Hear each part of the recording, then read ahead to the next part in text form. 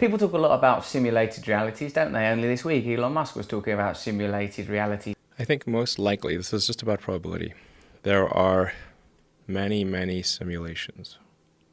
These simulations are, we might as well call them reality. Are we in a simulation? Is life a little bit like the Matrix? People really want to know that, because I suppose we're beginning to suspect that the rules of our reality are so interdeterminate and contextualized by our understanding of the sensory realm that we would never know if there were a greater external context.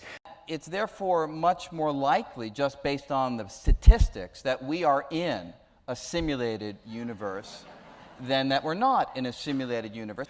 I'm fascinated when a new vocabulary is used to describe an ancient idea, because it makes me think we're only able to receive truth if it comes through the medium of materialistic language, or I suppose more reasonably, rationalistic post-Enlightenment thought. Because now the creator was not some mysterious being.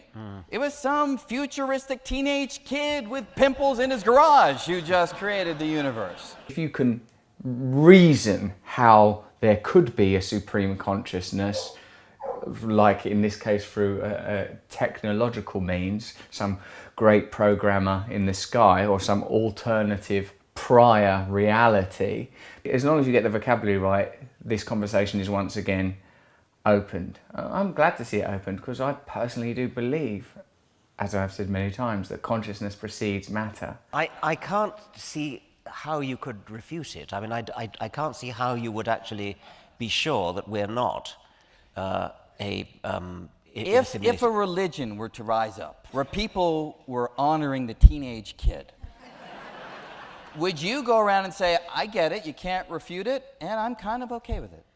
I wouldn't worship him. No, I agree with that. What's interesting to me as a person with a religious or spiritual, call it what you will, Weltanschauung worldview, is that in most religions it says the world is an illusion created by a superior consciousness. And these are ideas that have been around for thousands and thousands of years. Sort of like the idea that if you spend time in solitude, breathing and meditating and going deeper within yourself, you will find a peace that will benefit you physically as well as psychologically and spiritually. It's almost as if encoded deep within scriptures, folktales and religion are certain truths that we are rediscovering and reframing now. People focus a lot, don't they, on how religions are wrong, or they're bigoted or prejudiced or cause violence. But that's not really about religion, if you ask me. That is about power. For me, religion and spirituality are about understanding our place in the world, the relationship between the inner life and the external life. We talk about simulated realities as if we had no framework or reference outside of technology, but those of us that have taken psychedelics know that if you interrupt the senses and the neurological processes, you access aspects of consciousness and reality that are previously inaccessible to you. And all of us, whether we take drugs or not, go to bed at night and disappear into some kingdom of fabrication, some glorious confection entirely emanating from our own consciousness, authored by our own mind. Make out just what sort of a place it was.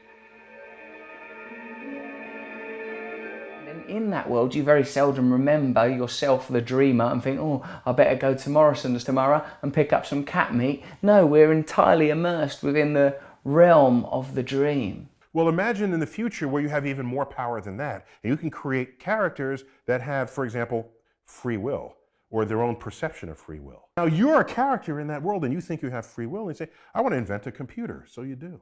Hey, I want to create a world in my computer.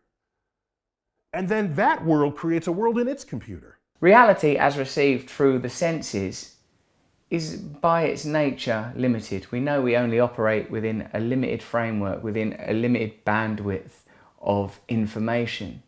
And it is likely that there are different layers of consciousness, different levels, different types, different frequencies, and possibly we have some relationship with them. Possibly even the relationship of creature and creator. Possibly we are living in someone else's simulation. Wait a minute. Did you create my universe? Is my universe a miniverse? Microverse! Teenyverse. Ugh! You bastard! A reality designed by a superior consciousness.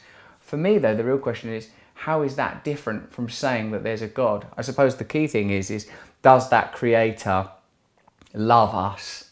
Is the very sense that we have love in us, the very idea that we feel love for ourselves, love for one another, or at least that we have the potential for those feelings, evidence that love is an aspect of that creator? That's spirituality as I'm interested in it. That's the metaphor of simulated reality as it interests me. Are we beginning to see new ways that we could understand that the reality as we perceive it is a construction designed by a higher intelligence? And what that higher intelligence wants is cathedrals, and for certain genders and sexualities to be oppressed. That last bit's a joke. Thank you.